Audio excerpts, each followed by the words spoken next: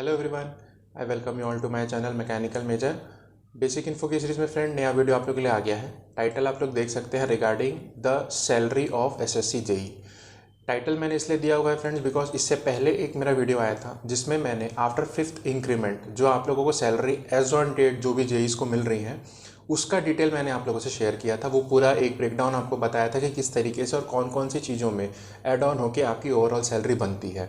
But आज जो मैं वीडियो लेके आ रहा हूँ मेरे पास बहुत सारे लोगों का कमेंट्स आया था कि सर आपने 5th का बताया है बट जब हम ज्वाइन करेंगे तो हम पहले ही लेवल पे रहेंगे, तो आप पहले लेवल के बारे में हमसे ज़रूर शेयर कीजिएगा।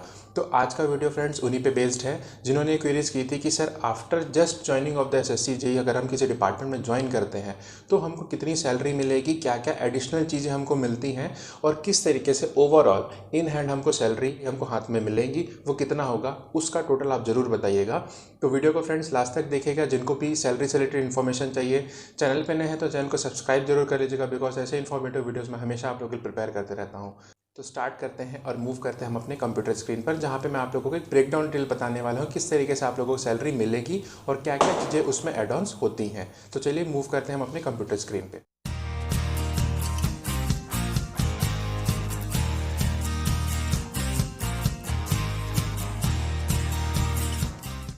फ्रेंड्स अब हम आ गए अपने स्क्रीन पे। कंप्यूटर में आप लोग देख सकते हैं ये एक सैलरी का एक बेसिक स्ट्रक्चर मैंने आप लोगों को शो किया है जिसमें सबसे पहली चीज़ जो आप लोगों की आ जाती है that is the basic.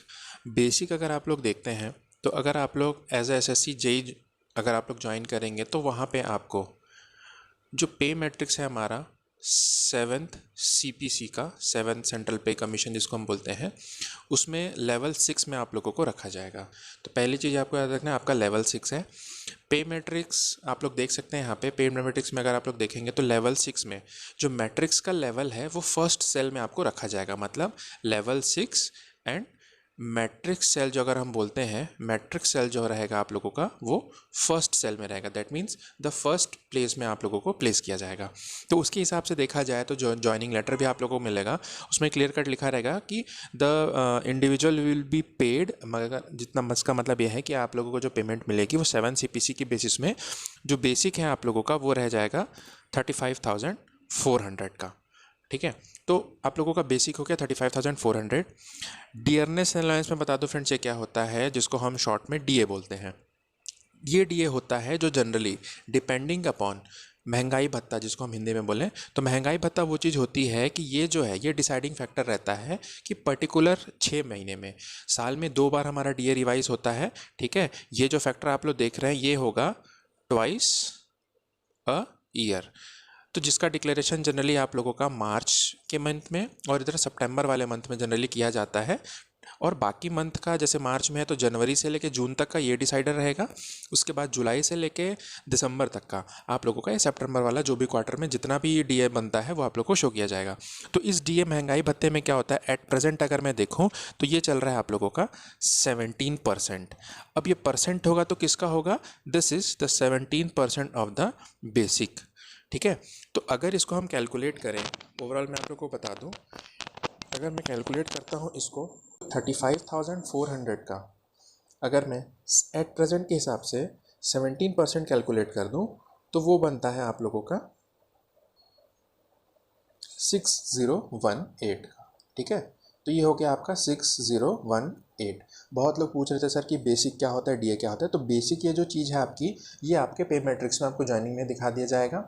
DA जो है हर 6 मंथ में रिवाइज होता है आप लोगों का, generally January to June and July to December का। ठीक है, तो एट प्रेजेंट की बात की जाए अगर मैं आज के डेट की बात करूँ तो आप लोगों का इतना आपको डीए मिल जाएगा। ठीक है, इस पर्टिकुलर बेसिक पे। ठीक है, ये जो डीए कैलकुलेट होता है इसलिए मैंने इसको किस फॉर्म में 17% ऑफ द बेसिक, और ये है आपका बेसिक यहाँ पे जो मैंने शो कर रखा है। उसके बाद आ जाता है फ्रेंड्स एचआरए। एचआरए में बहुत लोगों को डाउट होता है कि जनरली जिससे पूछा जाए कि आपका बेसिक कितना है तो बहुत लोग ये बोलते हैं तो बेसिक को इन दोनों का आप लोग टोटल करके बता देते हैं कि इतना हमारा बेसिक है। ठीक है, बट जब एचआरए कैलकुलेशन की बात आती है यहाँ पे बहुत लोगों को डाउट है। एचआरए कैलकुलेशन जो होता है वो होता है आप लोगों का इस बेसिक पे। ठीक है, तो एचआरए जो है वो हमारे 3 अलग अलग डिपेंडिंग अपॉन द सिटी ये हमको डिवाइड है, X class Y class Z class. तो एक्स क्लास में अभी जो एचआरए है वो है आपका 24%, वाई क्लास में है 16%, और जेड क्लास जो है आपका वहाँ पे आपका 8%, ठीक है। अगर किसी को याद रखना है तो ये 8 के मल्टीपल में है, 8, 16 देन 24, ठीक है। तो अगर इसके हिसाब से कैलकुलेट किया जाए तो इस 35,400 का आपको मिल जाएगा 24%, ठीक है। तो 24% दैट मीन्स ये बनता है आप लोगों का ओवरऑल 8496 का। 16% के हिसाब से अगर मैं इसको कैलकुलेट कर दूं तो ये बनता है आप लोगों का 5664, और अगर मैं उसको 8% के हिसाब से कैलकुलेट कर दूं तो ये बनता है आप लोगों का 2832 का, ठीक है। तो ये हो गया आप लोगों का HRA। बहुत लोगों को ये भी डाउट है कि सर HRA फिक्स्ड क्यों नहीं होता, अलग अलग क्यों है। तो ये आपके डिपेंड करता है जो आपका प्लेस ऑफ पोस्टिंग है, ठीक है। दैट मीन्स कौन से सिटी में आपको पोस्टिंग मिली है, वो city as per the government HRA clause कौन से वाले क्लास में आता है, X क्लास में है कि Y क्लास में है कि Z क्लास में है, ठीक है। उसके बाद हम बढ़ते हैं हमारे TPTA में, ठीक है। TPTA is basically your transportation allowances, ठीक है।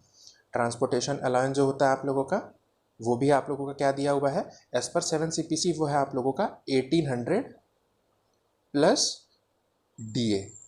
अब ये DA क्या का होगा, ये DA जो रहेगा वो होगा आप लोगों का इस 1800 का, और इसका DA का परसेंटेज कौन सा रहेगा, तो ये जो परसेंटेज अभी DA चल रहा है, ठीक है, यही परसेंटेज आप लोगों का DA कैलकुलेट होता है। तो अगर मैं इसको भी कैलकुलेट कर दूं एज पर योर 7 CPC अगर बोला जाए तो उसके हिसाब से अगर आप लोग देखेंगे तो इसमें आप लोगों का होता है 1800 मल्टीप्लाइड बाई 1.17, अगर हम करते 17% का HRA है तो ये बन जाता है आप लोगों का 2106 का, ठीक है। तो ये हो गया आप लोगों का जो DA का कैलकुलेशन है रिगार्डिंग योर ट्रांसपोर्टेशन अलाउंस, ठीक है। अब हम बात करते हैं GC। अब what is this GC and what is this EC, ठीक है। तो ये जो GC है आप लोगों का ये कहलाता है आप लोगों का गवर्नमेंट कंट्रीब्यूशन, EC है ये कहलाता है आप लोगों का एम्प्लॉयर्स कंट्रीब्यूशन। 1 जनवरी 2004 के बाद जो भी गवर्नमेंट जॉब में आया है उनका लगता है NPS, नेशनल पेंशन सिस्टम जिसको बोला जाता है। ये न्यू पेंशन स्कीम बहुत लोग बोलते हैं but that is the national pension system.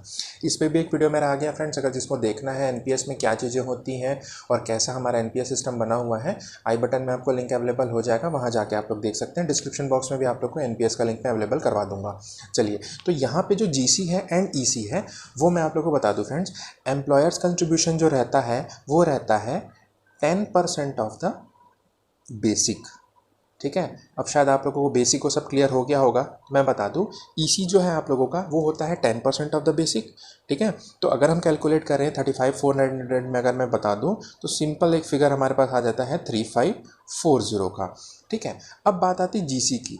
तो लास्ट ईयर जो होता है फ्रेंड 2019 में अगर मैं बोलूँ तो गवर्नमेंट ने डिसाइड किया है कि एम्प्लॉयज़ अपने जो भी उनका बेसिक है उसका 10% उनका कंट्रीब्यूशन जाता है, एंड जो GC रहता है इसमें ये बोला गया है कि गवर्नमेंट जितना आपका बेसिक रहेगा उसका 14% ऑफ द बेसिक गवर्नमेंट हमको देगी, ठीक है।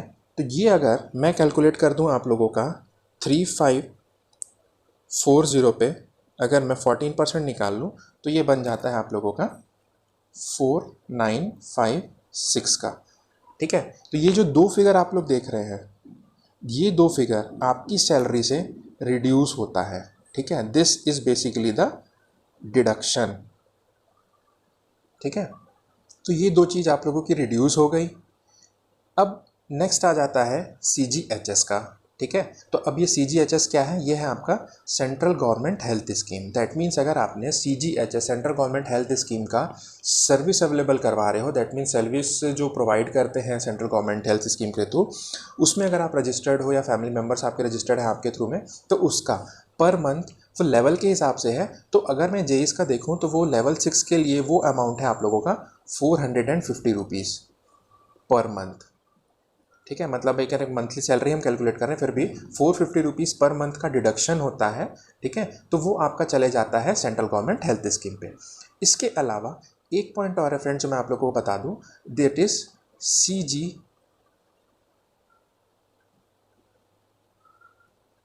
जिसको बोला जाता है central government employers insurance scheme, ठीक है। CGEIS जो होता है JEES का वो अभी डिसाइडेड है कि वो है बेसिकली आपका ₹60 पर मंथ, अब ये है क्या चीज़, ये भी थोड़ा सा मैं आप लोगों को क्लियर कर दूँ इस वीडियो के थ्रू। CGEIS में क्या होता है फ्रेंड, सेंट्रल गवर्नमेंट के जितने भी एम्प्लॉयज़ हैं, सेंट्रल गवर्नमेंट उनका एक इंश्योरेंस कर रखी है being a central government employ. इस 60 रुपीज़ के एवज में ये होता है कि शॉर्ट ऑफ इन सर्कमस्टेंसेस बोल लीजिए या कैजुअलिटी बोल लीजिए, जो भी आप लोग वर्ड यूज़ करना चाहते हैं, उस बेसिस में आपको, इसके बेसिस में 60,000 का आपका एक इंश्योरेंस किया गया है सेंट्रल गवर्नमेंट एम्प्लॉयज़ का। ठीक है, so for this 60 per month आपको 60,000 का एक इंश्योरेंस पैकेज सेंट्रल गवर्नमेंट की तरफ से प्रोवाइड किया गया, अगर हम इसको एक बेसिक लैंग्वेज में समझने की कोशिश करें तो। ठीक है, तो अभी हम देखते हैं ये जो पॉइंट नंबर 5, 6, 7 एंड 8, ये जो आप लोग देख रहे हैं, दिट इज़ द डिडक्शन। ठीक है, तो बोला जाए ये ओवरऑल चीज़ें आपकी सैलरी से रिड्यूस होती हैं। ठीक है, और ऐड क्या क्या होता है, ये जो 1 से लेके 4 तक आपने पॉइंट देखा हुआ है, ठीक है, ये सब आपके एडिशन होते हैं। तो ओवरऑल फ्रेंड्स अगर मैं काउंट करूं तो ऐड क्या क्या हुआ मेरा, ऐड कर देते हैं हम पॉइंट नंबर 1 +2 +3 +4 को।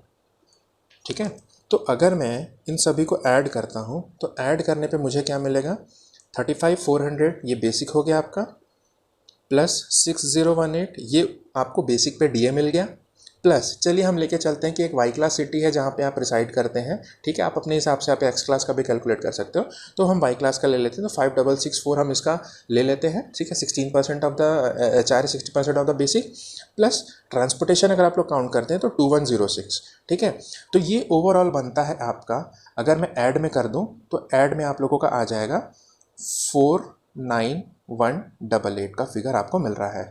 ठीक है, इसके बाद अगर मैं डिडक्शन की बात करूं तो डिडक्शन में हम 5, 6, 7, 8 पॉइंट, ये 4 पॉइंट हम लेके चल रहे हैं। ठीक है, तो वो कैसे कैसे हो जाएगा आपका, तो वो हो जाता है 4956 प्लस 3540 प्लस 450, अगर आपने CGHS ले रखा है, नहीं ले रखा है तो वो रिड्यूस नहीं होगा, प्लस 60 हम ले लें CGEIS, ये आपका डेफिनेटली रिड्यूस होगा पर मंथ। तो ये ओवरऑल फिगर आपका बन जाता है 9,006 का। ठीक है, तो अब मैं बोलूँ कि हमारी ओवरऑल सैलरी इन हैंड मुझे कितने मिलेगी, तो आप 49,188 से माइनस करके देख लीजिए 9,006 को, तो ये बनता है आपका 40,182 का फिगर। ठीक है, अब ये जो चीज़ है ये मैंने कैलकुलेट किया हुआ है, मैं पहले आपको बता दूं, कंफ्यूज होने की ज़रूरत नहीं है, ये सभी की सैलरी नहीं होगी। ये एक बहुत बड़ा फैक्टर होता है आपकी सैलरी में प्लस एंड माइनस का, ये हर जगह आपका कॉमन रहेगा, ये ऑल ओवर इंडिया आपका कॉमन रहने वाला है। HRA का क्लॉज ही बस बदलता है जिससे आपकी सैलरी चेंज हो सकती है। Transportation alliance all over India same है, तो TPTA भी आपका सेम होने वाला है। ठीक है, तो जो एडिशन है वो HRA का फैक्टर आप लोगों को बहुत ज़्यादा इफेक्ट करेगा, आपकी सैलरी को इफेक्ट नहीं करेगा, मतलब चेंज करेगा। ठीक है, प्लस ये जो GC, EC, CGHS और CGIS मैंने बताया है, GC और EC आपका कांस्टेंट रहने वाला है, that means depending upon the, ये 14% आपका कांस्टेंट रहेगा, ये D आपका इंक्रीज होता है। ठीक है, इसमें कंफ्यूज मत होइएगा। अब बात आती है CGHS की, तो CGHS के रेट अभी फ़िलहाल अगर आप देखते हैं लेवल 6 से लेकर लेवल 9 तक का 450 रुपीज़ आप लोगों का फिक्स्ड है। तो आपको, अगर आपने फैसिलिटी ले रखी, कार्ड बना रखा है, तो आपको 450 पर मंथ पे करना है। सेकंड आपका आ जाता है CGEIS का, तो CGEIS 60 रुपीज़ पर मंथ, ये आपका कांस्टेंट है। तो ओवरऑल अगर देखा जाए फ्रेंड, तो अगर आप स्टार्टिंग में ज्वाइन करते हैं किसी एक वाई क्लास सिटी में, तो आपका 40,182 रुपीज़ का इन हैंड सैलरी आपको मिलेगी। ठीक है, अगर कोई पूछता है कि ग्रॉस सैलरी आपकी कितनी बनती है, तो ये आपका कहलाएगा ग्रॉस सैलरी, 49,188 का आपका एक ग्रॉस सैलरी बनेगा ही। ठीक है, अगर एक्स क्लास की बात की जाए तो, सॉरी वाई क्लास सिटी की बात की जाए, ओके, तो ये आपका ग्रॉस हो गया। ये आपका डिडक्शन माइनस करके ओवरऑल इन हैंड सैलरी इतनी तो आपको मिनिमम मिलेगी ही। ठीक है, फर्स्ट कहना चाहिए कि फर्स्ट डे से आपकी, फर्स्ट मंथ से आपकी इतनी सैलरी बेसिक तो बनेगी ही। अब फ्रेंड्स बहुत लोगों को ये कन्फ्यूजन था कि सर रिगार्डिंग ये जो अगर हमारा CGHS है, क्या ये लेना कंपलसरी है? ये कंपलसरी नहीं है, ये आपके ऊपर है। अगर आप लोग CGHS की फैसिलिटी लेना चाहते हैं तो ले सकते हैं, नहीं लेना चाहते हैं देन ऑल्सो ये कोई बहुत बड़ा इशू नहीं है। इसलिए मैंने बता दिया कि कौन कौन सी चीज़ें फिक्स रहती है, मतलब वो होगा ही, वो एडिशन होगा या डिडक्शन होगा। ठीक है, बाकी ये सब चीज़ें आपकी ओवरऑल ग्रॉस बन के 4182 का फिगर आप लोग लेके चलिए कि आपको बनता ही है। अब बात आती है फ्रेंड्स, ये तो मान के चलिए कि जितने भी आपके 6-7 डिपार्टमेंट हैं उनके लिए फॉलोअप होता है, बट अगर आप लोग सपोज़ किसी भी ऐसे ऑफिस में है, लाइक अगर मैं डिपार्टमेंट की बात करूँ CPWD की या MES की या CWC, किसी भी ऐसे डिपार्टमेंट में जो किसी एक रिमोट लोकेशन पे बेस्ड है, ठीक है। रिमोट लोकेशन मीन्स ऐसी जगह पे जहाँ पहुँचना थोड़ा कठिन होता है। तो अगर आप वैसी जगह पे पोस्टेड हैं तो वहाँ पे आप लोगों को एक रिमोट लोकेशन अलाउंस होता है। रिमोट लोकेशन अलाउंस RLA जिसको बोला जाता है, वो डिपेंड करता है। प्लस दूसरा एक होता है आपका PA, प्रोजेक्ट अलाउंस जिसे बोला जाता है। इसके भी rates depending upon the offices या डिपेंडिंग अपॉन द लोकेशंस कुछ फिक्स की गई हैं, ठीक है। जनरली बोला जाए तो PA का आप लोगों को 2700 मिल सकता है। डिपेंड करता है कि क्या जिस लोकेशन पे आपका प्रोजेक्ट है वो उस पर्टिकुलर अलाउंस के लिए कंडीशन को सर्टिफाई करता है कि नहीं, सेटिस्फाई करेगा कि नहीं करेगा, ठीक है। प्लस ये जो रिमोट लोकेशन अलाउंस है फ्रेंड, ये जनरली मिलता है जो हमारे BRO के कैंडिडेट्स हैं उनके लिए। तो BRO के कैंडिडेट्स का इसीलिए बेसिक जो बाकी डिपार्टमेंट के जो अगर कैंडिडेट्स हैं अगर उनको 40,000 मिलता है, तो BRO के कैंडिडेट्स को 3,000 to 5,000 का एडिशनल बेनिफिट मिलता है डिपेंडिंग अपॉन द लोकेशन। इसलिए बिकॉज उनको एक रिमोट लोकेशन में वर्क करना पड़ता है, वहाँ रहना पड़ता है, वहाँ पे एज अ साइट सुपरवाइज़र उनको काम करना पड़ेगा, ठीक है। You will be JEE junior engineer रहेंगे, बट वो साइट सुपरवाइज़र ही कहलाते हैं। तो उनके लिए स्पेशली बात की जाए BRO के कैंडिडेट्स के लिए सैलरी समहाउ ज़्यादा रहती है बाकी डिपार्टमेंट्स के कहना चाहिए कि जितने भी हमारे कैंडिडेट्स हैं उनके कंपैरिजन में। तो फ्रेंड्स, सैलरी से रिलेटेड मुझे बहुत लोगों ने कमेंट किया था कि सर इस पर वीडियो आप जरूर लाएगा कि बेसिक हमको कितना मिलता है और क्या होता है। तो उन्हीं के रिक्वेस्ट को लेते हुए मैंने ये वीडियो आप लोगों के लिए प्रिपेयर किया। जैसे मैंने स्टार्टिंग के इंट्रो में भी आप लोगों को बताया था, इन केस और भी अगर कोई सैलरी से रिलेटेड डाउट है, टेलीग्राम चैनल आप ज्वाइन कर सकते हैं, डिस्क्रिप्शन बॉक्स में लिंक अवेलेबल रहेगा, क्लिक करके आप चैनल ज्वाइन कर लीजिए और कोई भी डिस्कशन है आप लोग डायरेक्टली मुझसे कर सकते हैं। सेकंड इज, कमेंट बॉक्स में आप जरूर बताइएगा कि क्या ये वीडियो फ्रूटफुल था सैलरी से रिलेटेड इन्फॉर्मेशन के लिए, या इससे कोई और एडिशनल इन्फॉर्मेशन चाहिए तो मैं आप लोगों से जरूर शेयर करूँगा। So friends, thanks for watching the video. जिन्होंने भी चैनल को सब्सक्राइब नहीं कर रखा है, प्लीज़ चैनल को सब्सक्राइब जरूर कर लीजिएगा, बिकॉज ऐसे इन्फॉर्मेटिव वीडियोज़ मैं हमेशा आप लोगों को प्रिपेयर करते रहता हूँ। Thank you friends.